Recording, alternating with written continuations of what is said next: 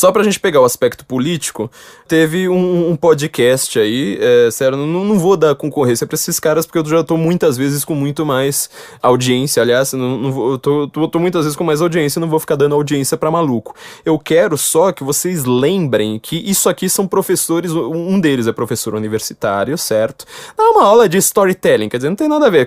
Tá vendo? O cara fala assim, eu dava da carteira, mas eu tenho mestrado, eu tô fazendo meu doutorado, e não sei o que, ele dá aula de storytelling, quer dizer, é menos, não é que eu negue storytelling, eu acho uma coisa bastante interessante, eu tenho livros de storytelling, eu acho isso uma coisa bastante útil pra muita gente, talvez ele faça um trabalho competente nessa área do storytelling, mas ele quer dar carteirada, fala, mas eu estudo na academia, a minha professora era historiadora, tinha um outro cara que eu nem lembro mais que raio que ele e tinha um último convidado que falava assim, mas é um historiador, né, ele estuda história, defendendo comunista, óbvio, né, comunista como todo professor de história. Na hora que você vai ver o que ele é, ele dá aula pra... Ele fala assim, eu sou pedagogo, eu estudo pedagogia. Você fala, nossa, mas esse cara deve ser um Pestalozzi redivivo, né, deve ser o próprio Feuerstein que pegava crianças com síndrome de Down e colocava pra servir no exército de Israel. Isso é um pedagogo, entendeu? Você fala, uau. Falando em síndrome de Down, leiam lá o Max, o livro Max, que tá lá com resenha no Senso em Comum, que a gente aproveitou justamente os dois temas da semana passada, né, nazismo e crianças com síndrome de Down, porque a Islândia resolveu ser um país sem crianças com síndrome de Down, ou seja, ela aborta todas, né, lá, o livro Max é de um bebê nazista, justamente para você abolir os bebês com síndrome de Down. Isso é uma ideia dos nazistas. Quem apoia essa ideia hoje, será que é a direita? Enfim. Bom, voltando. Você vai lá e fala assim, o cara é pedagogo, não sei mais o que, né? Deve ser, tipo, super foda, não sei mais o que. O cara, ele dá aula para crianças de 8 anos. Isso aí é, tipo, isso é o acadêmico. Vamos ouvir, por exemplo, eles citaram textos do Senso em Comum, né? Falando que... Citaram só o título e tentaram refutar o título. Não tô brincando, tentaram refutar o título. Eles também fizeram isso com o livro do Anthony Sutton, que é a respeito do dinheiro, do investimento de Wall Street, que ele fez todo o pátio industrial soviético do Stalin foi com dinheiro de Wall Street, e ele tem provas documentais ali que não acabam mais. Eles tentam refutar esse livro lendo a sinopse do livro na internet. Eu não tô brincando, eles leem a sinopse do livro na internet e refutam, falam, não, deve estar errado, portanto eu não vou gastar dinheiro com essas bosta aqui. Isso é um acadêmico falando, você vê o desprezo do cara por conhecimento, entendeu? Isso é um acadêmico, isso é discussão, tipo, na academia ninguém discute, entendeu? Isso, é isso aí. É isso aí, se você quiser saber, você não tá na academia, você quer saber como é isso aí. É um bando de gente que fala, não, esse livro eu não vou ler, esse livro eu não vou ler. Veja se eu faço isso com qualquer livro de esquerda, eu já dei muito dinheiro pra comunista desgraçado exatamente porque eu não posso deixar de ler esses caras. Eles falaram, então... nesse podcast, a respeito assim, falando assim, mas esse pessoal aí da direita que tá falando que o nazismo, eles adoram falar assim, todo mundo que fala que o nazismo não é de direita, diz que o nazismo é de esquerda. Tem alguns aí no meio do caminho que fazem isso. Eu já falei que eu discordo dessa tese, não queria dar conclusão, eu sempre gosto de pegar trouxa achando que minha conclusão é tal, e falando bobagem, mas eu vou dar minha conclusão pra quem não viu, não acho que seja de esquerda, mas ele não é de direita de jeito nenhum. Ele vai falar assim, esse pessoal, eles usam um argumento assim, bobão, né? Argumento assim pra gente dar risada de que o Hitler é parecido com o Stalin. Ouçam isso. Ouçam só o que são acadêmicos falando num podcast bem ouvido aí. A exploração de mão de obra escrava teve na indústria soviética também. Qual? Eu tô repetindo o argumento deles, vocês que me digam. Tá. Aí é foda. 100 milhões de pessoas morreram no regime comunista, Zamiliano. Você não lê os dados? De 1991 a 2015, 230 milhões de crianças morreram, segundo os dados da ONU, de inanição no mundo. A gente deve acabar com o capitalismo amanhã ou não? Porque foram 100 milhões em 90 anos. Não, mas teve trabalho forçado na União Soviética e teve gulag, e teve galera sendo presa e trabalhando forçadamente também. Teve perseguição, teve tudo isso. Tá, e teve campos de concentração no sentido de extermínio? Teve. Stalin matou mais que Hitler. Cadê o... Tendo em vista que o Stalin matou o exército alemão, né? Eu acho que ele matou mais que o Hitler mesmo. Não, depois da Segunda Guerra. Depois da Segunda Guerra. Vamos lá, gente. Então é o seguinte, porque isso é uma coisa que sempre batem, assim, diz assim, ó, Hitler usava mão de obra escrava, o Stalin também usou mão de obra escrava. Não. Então, por favor, nos iluminem sobre isso. Não, porque que acontece? A gente, ó, não tava lá. O processo que acontece, a gente tem os planos, né, do desenvolvimento da economia planificada soviética, e aí tem um processo de industrialização bem grande. Só que a distribuição de trabalho, ela tem essa coisa das pessoas se alistarem para trabalhar em determinadas coisas, mas as pessoas também tinham tempo de lazer. O que acontecia? Como a União Soviética estava num processo de franco crescimento, muitas pessoas, nos seus tempos livres, se voluntariavam para fazer certos trabalhos não especializados. Então, alguns trabalhos que não exigiam uma especialização para fazer aquele tipo de trabalho, as pessoas iam fazer, sabe? Simplesmente por causa da crença na ideologia, na revolução, etc. Essas pessoas, elas se candidatavam, mas não era algo obrigatório, era o tipo assim, cara, pra gente crescer, a gente tem que fazer isso aqui, precisa de mais gente, então eu vou me voluntariar pra fazer, tá ligado? Não é algo assim, você vai fazer, vai ficar preso. Mas, Diego, eu assim, é que nem quando o meu patrão chega e fala assim, ô Ivan, seguinte, ó, termina às 6 horas, você acaba, mas nossa, seria muito foda se você ficasse aqui até meia-noite pra fechar esses arquivos, porque precisa rodar a imprensa amanhã, tá ligado? Você não precisa, mas eu ia curtir muito que você ficasse. E daí eu penso, caralho, eu vou perder meu emprego se eu não fazer isso. Então, a diferença é exatamente essa. Você está numa relação capitalista, onde você vai perder o seu emprego. Lá não, você já tinha o seu emprego e você se voluntariava para uma outra tarefa que não tinha necessariamente nada a ver com o teu trabalho. Eu ia levar uma bala na cabeça se eu não trabalhasse, Diego. Fala a verdade, assim. Tinha um soldado atrás de mim. Você tava lá, Diego. Você tava lá. Você ia ser considerado só um babaca. Sabe qual é? Você ia ser considerado o cuzão pau no cu da sociedade. Mas ia ser o rolê do seguinte: ô, seu filho da puta, eu tô trabalhando igual um desgraçado aqui, você não vai fazer porra nenhuma, você vai botar o pé pro alto? Vou te dar um exemplo. Te dar um exemplo interessante. Você tá falando disso, né? Pessoas que não querem trabalhar. E por favor, me citem fontes dessas coisas, porque senão o pessoal vai dizer, vocês não dão Você ouviu? Quer dizer, isso aqui ainda eu não sei nem como comentar isso aqui. O cara, ele acha que o Gulag era uma colônia de férias. Quer dizer, eu tô assim de saco cheio, eu tô tão bem que eu vou assim me voluntariar e vou pro Gulag. Quer dizer, o livro Arquipélago Gulag, o livro de não ficção mais importante do século XX, mas esse cara nem sabe que existe, de um Nobel de literatura, entendeu? Ele acha que assim, não, tipo, era tão bom lá, mas tão bom lá, que, tipo, as pessoas se voluntariavam. Essa história de que Stalin matou 100 milhões de pessoas. O comunismo, aliás, matou 100 milhões de... dá risadinha.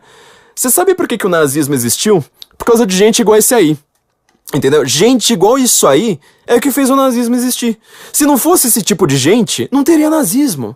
Ninguém teria, não teria matado... Ó como ele fala de morte, ó. Teve, Stalin matou mais que Hitler. Cadê o... Tendo em vista que o Stalin matou o exército alemão, né? Eu acho que ele matou mais que o Hitler mesmo. Não, depois da Segunda Guerra. Entendeu? Se não fosse esse tipo de gente, eu prefiro conversar com um assassino no meio da rua do que com esse tipo de gente. Esse tipo de gente é defensor de genocídio. Vai conversar com a sua avó, é analfabeta, estudou só até a 4ª série, fica vendo novela o dia inteiro, vê se ela defende o genocídio. Esse aí defende. Você tá vendo gente defendendo o genocídio. O cara, ele acha que o Gulag era tipo, não, é tão bom aqui que as pessoas queriam ir pro Gulag, porque elas estavam coçando o saco de tão boa que era ele tá descrevendo aqui, ó, vamos ouvir. Tem que lembrar também que a União Soviética, né, a Rússia, cara, como é que eu vou explicar isso para as pessoas entenderem de uma forma mais fácil? A carga horária de trabalho naquela época era 16 horas diárias. Tá? Carga horária normal, varia 16 horas já. Você faz a revolução, você joga esse troço para 8 horas. É o primeiro país no mundo a jogar para 8 horas. É como se hoje a carga horária de trabalho de 8 horas caísse para 4 horas por dia. De repente você se vê numa situação em que você tem tempo livre pra caralho. O que você vai fazer? Até que você pode assim, sabe? Eu vou ficar o dia inteiro coçando o saco olhando pro teto. Cara, não. Quem já teve essa grande oportunidade da vida, né, de tipo, sei lá, ficar desempregado e definitivamente ficar coçando o saco na sua casa, em algum momento dá um tilt no cérebro, sabe? Você fala assim, caralho, eu não tô aguentando mais. Eu tenho que fazer qualquer coisa. Sabe? Qualquer coisa. Você vai fazer qualquer coisa, cara. Sim. Você pode fazer o que você quiser. Você vai entrar pro partido, você vai se voluntariar sei lá, nos escoteirinhos. Pra pintar a rua. Pra pintar a rua, nos lobinhos da puta que pariu. É igual o velho quando aposenta, cara. Meu pai tá fazendo uma caralhada de... Tem um monte de ar de bambu aqui, cara. Ele aposentou e podia ficar olhando pro teto. Não consegue, porque o trabalho é o que define o homem. Olha aí, comunista Trabalho da que define... porra. Quer dizer, é tão bom que você fica assim até meio entediado. Fala, ai, mas essa União Soviética, esse Stalin, olha, é tão bom, é tão gostoso aqui. Ele não descreve, né, mas além de você só não precisar trabalhar, tinha até odaliscas, assim, sabe, lá, te abanando. E você fica lá, ai, que saco cheio, o que eu vou fazer hoje? Eu vou pro Gulag. Um professor de história falando isso, quer dizer... Esse cara, se ele lesse lá, um livro do Orlando Figes, por exemplo, só pra citar um historiador super pop, extremamente lido, esses caras, eles não entram em livraria, viu, gente? Eles só leem o que o professor manda, eles não entram em livraria, porque todo livro do Orlando Figes é putamente vendido. Eu entrei... Só nas minhas últimas férias, você vai em Londres, você vai em Nova York, assim, você chega na seção de história, primeira coisa que você vê é o livro do Orlando Figes. Pega lá qualquer livro dele, os Sussurros, por exemplo, que eu citei bastante, eu fiz um longo estudo a respeito desse livro. Livro de 900 páginas, viu, bando de trouxa. Isso aqui não é livro pra criança ler, não é livro pra professorzinho de história ler.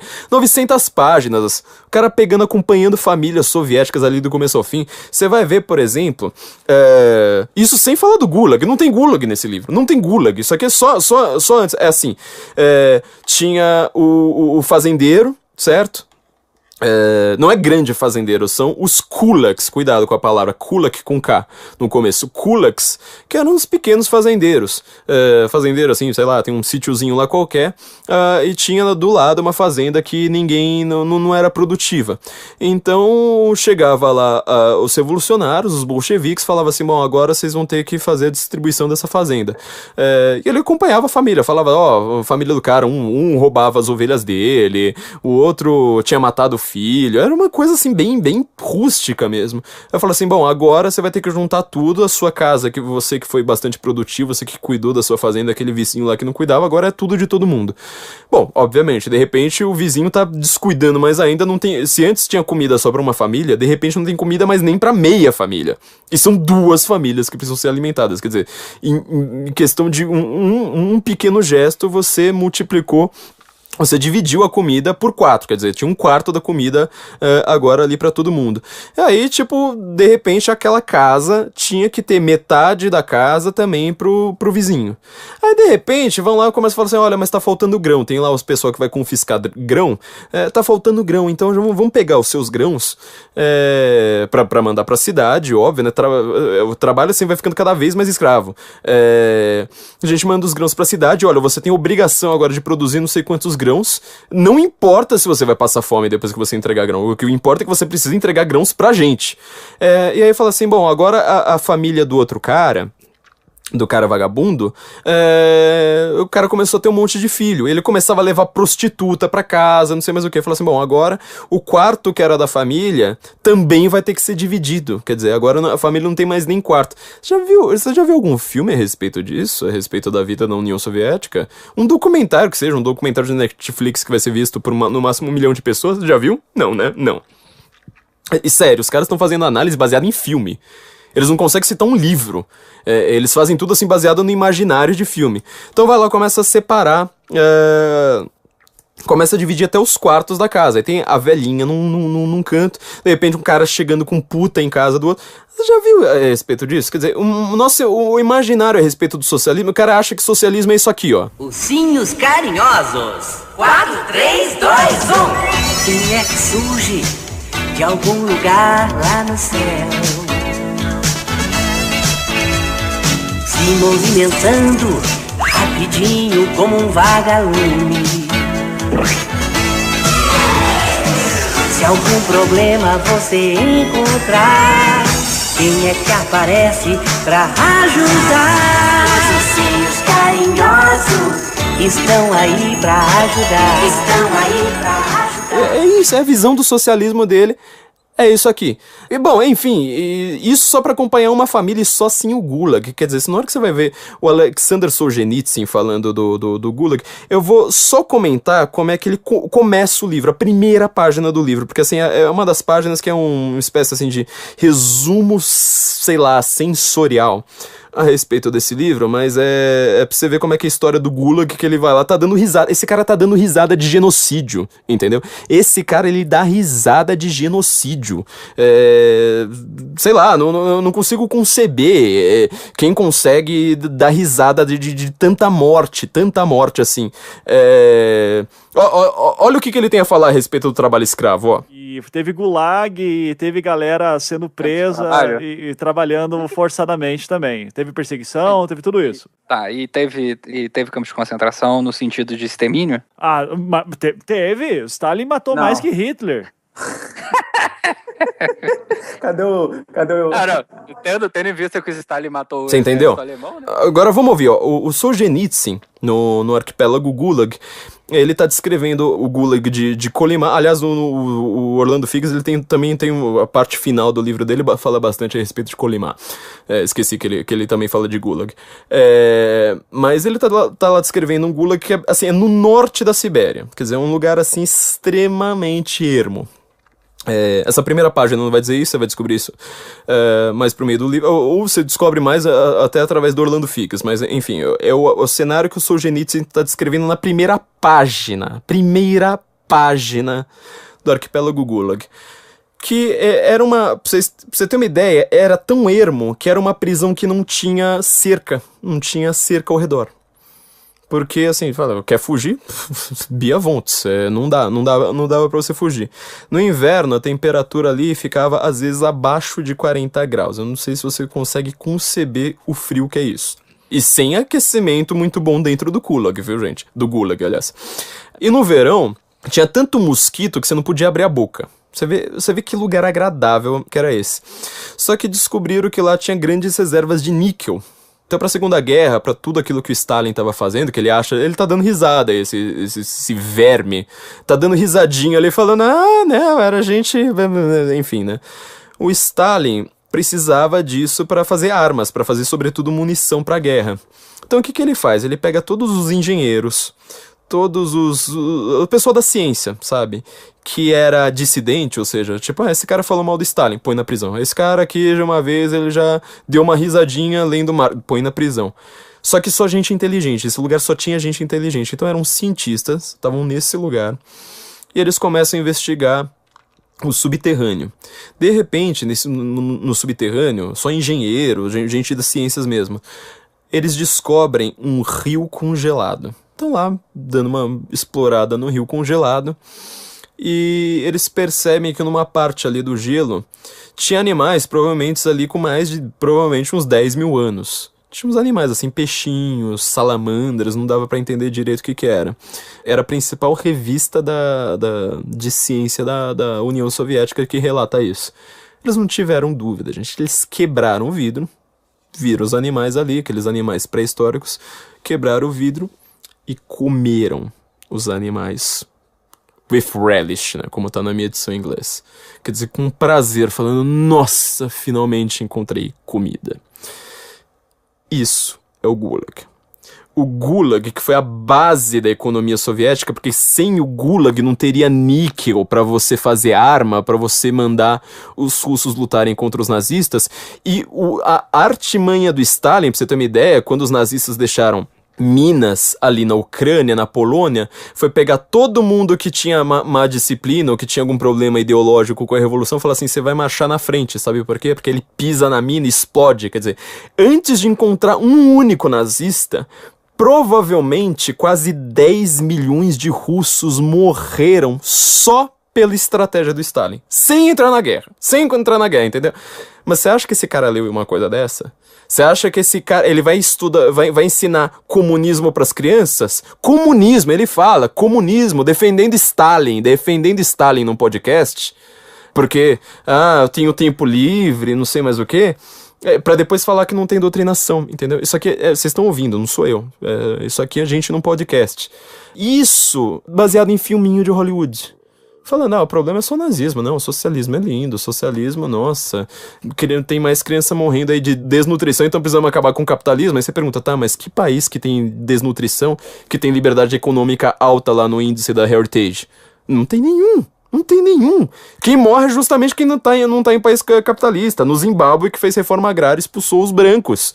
Na Venezuela, tem gente lá fugindo pro Brasil, buscando comida. Não tem nenhum. Então você vê a confusão conceitual. Você vê como essas pessoas são distorcidas. Conversar com um nazista é melhor do que conversar com esse tipo de verme. Pra quem reclamar que falta livro, vai tomar no cu. É isso, então, que é um conhecimento acadêmico. Isso é consenso.